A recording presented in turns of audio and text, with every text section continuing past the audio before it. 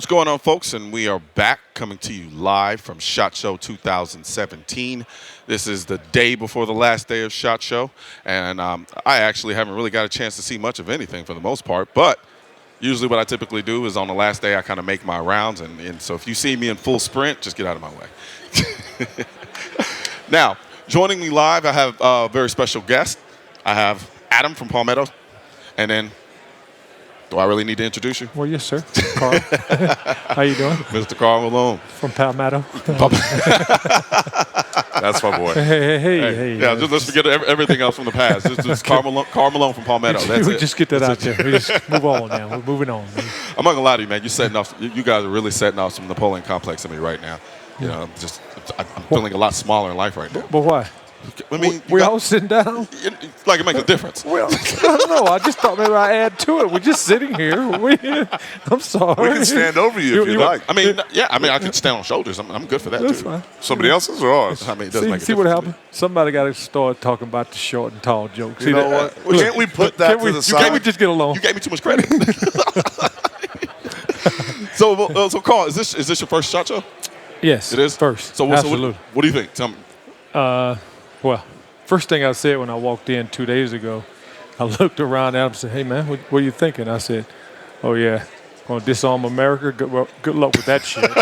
I'm like, okay, come here. It's like walking in a room with a lot of police officers in there and say, "Hey, this is a stick up." Really? So that's what I was thinking. Gotcha. It's Gotcha. amazing. Yeah, it is really absolutely amazing. I mean, it's like a carnival for guns. Yeah, I call it the Comic-Con of guns. Comic-Con. You know? There we go. It's the best There way we I can describe it when people try to figure out what it is. No, absolutely. So have you seen anything that's really stuck out? Like everything. Everything. But I Right. just got this visual because my wife and daughters shop all the time, and I just got this visual. Like, this what it would be like if a woman walked in and just got every pair of shoes out there. This would just feel like for guys, you know, like we just to see this. But I'm like you though. Yeah. I have been everywhere. I have not enjoyed it myself, and I'm like, I want to go do it, but no, it's like Because you're Karl Malone with He literally Palmetto. touches. He touches. No, I blame you. I blame you because you bring the man here and you just tease him and you have him working. Oh yeah, That's messed up. But he's not even getting paid, so that's even better. Or worse, depends on who you're looking at. Oh God, he got quiet. He didn't say nothing. So 10 people, Okay. all 10, think they're paying me. Really? You do too. See, you're number 10. No, I believe they weren't paying you because I know Adam. Right. Oh wow! I can't let you talk about it. You know Well, what? that was a good interview. Yeah. Hold on. I cannot let you talk about Adam. He said, Karl, he said, it's 11 o'clock every day? Excuse me. I you're said, good. oh, shit, yes.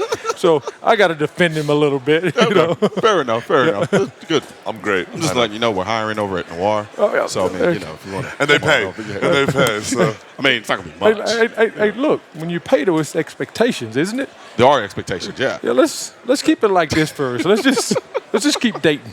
Well, by the time we get married, you know, we've done it now. He's over with it. Fair enough. So, Karl, you're a big hunter. Yes, sir. Right? I've hunted once or twice. Yeah. Right? How did you get started in hunting? Is it something that was from birth? Well, almost. You know, I wasn't inside all the time, but almost. I was 4. My brother was 5 when I shot my first gun. Okay. Wow. A little single shot. We'll call them what? I'm sorry. like a little cricket, basically. Little like a cricket. Okay. And my first Daisy BB gun, so I started off then. At 7 and 8 and 9 years old, my brother and I was hunting alone with our single shot 410. Okay. That's how much love and respect I have for gun. Yes, we're about our Second Amendment, but I'm also about us doing it the right way. Yeah. With our Second Amendment. Absolutely. It's a privilege and an honor for me to own a firearms. Yeah. You know, one or Yes, two. more than one. Well, Yeah, right. But the thing about it is, we have this perception. It is our right. Yeah. But we all can do more. So teaming up with PSA has just been awesome because we met by accident. We met on a hunting trip. Really? Yeah. I shouldn't pub them, but I will. Heli hunters. They hunt hogs out of a helicopter. I've heard of them. You got to do it. And, hey, I'll ride with you. You can do your For show. some reason, they wouldn't let us ride together. No, they were like, cannot get figure out of out here. It might have something to do with, I don't know, A little bit of mass. weight. Yeah. Yes. Scientist over here. But see, I grew up in rural North Louisiana. Okay. Where respecting guns all my life. You Yeah. know? We have this. Don't touch that gun. Don't touch that gun. What do a kid want to do that's not educated? They want to touch that gun, Yeah. right? And then for the life of me, have you ever? Why do we look down the barrel of a gun? Seriously. Yeah. Like, but it's very intuitive. It's kind of like when you give a gun to somebody who doesn't know much of firearms, first thing you want to do is put the finger on it. right. Yeah. And then, have you ever seen it sideways? And I love all this. I know you do. Yeah. I'm not putting a loaded gun down there. No. But what I'm saying is the perception. So when I met Adam by accident, and they had this idea, we partners in something that's pretty special. Gotcha. It's the American Way Conservation Society, and we formed that to go in and educate inner city youth. We get this perception that the inner cities is all black. Yeah. It's all racist. Yeah. So we go out there and we educate them, and I'm excited. San Francisco, Chicago, D.C., L.A. Yeah. Those are the places we're going. So we need a civilized conversation. Gotcha. If you and I yelling at each other all the time, right?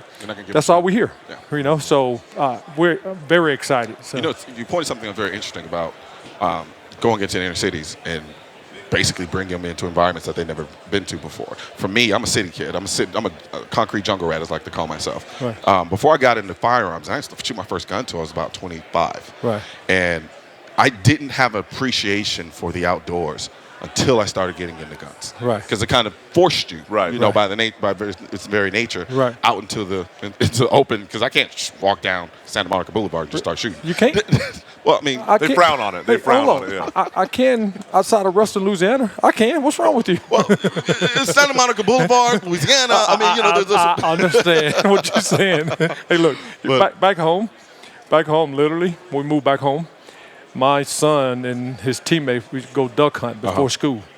Every vehicle pickup, right? Yeah. Every vehicle got a gun rack in it with multiple guns in it and pull on campus. Now, oh, Lord. Oh, yeah, no. Okay. Yeah, no, so I you feel have SWAT, FBI. Yeah. Oh, Lord, and I feel your pain. Yeah. So No, but I developed a love for the outdoors because of firearms. Right. And so hearing you say that, I already know the benefits and the positives that are going to come from that. Right. So. Well, see, people got to realize it as well.